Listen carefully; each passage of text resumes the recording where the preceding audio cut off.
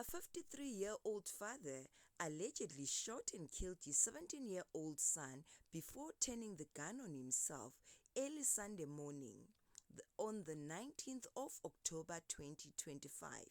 The heartbreaking incident happened around 6 in the morning in the Levubu policing area under the Vembe district.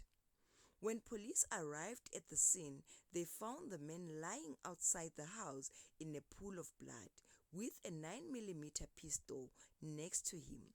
Spent cartridges were scattered on the ground.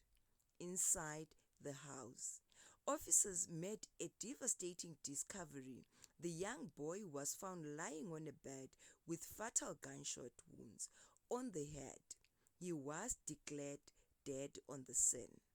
It was later confirmed that the father is a member of the South African National Defence Force stationed outside Mokgopong.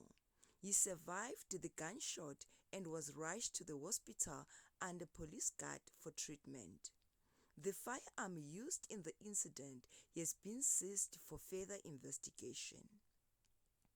Limpopo Police Commissioner Lieutenant General Thembi Kgathebe condemned the tragic killing and urged families to seek professional help when facing domestic challenges. She emphasized that violence only destroys families and communities, not solve problems.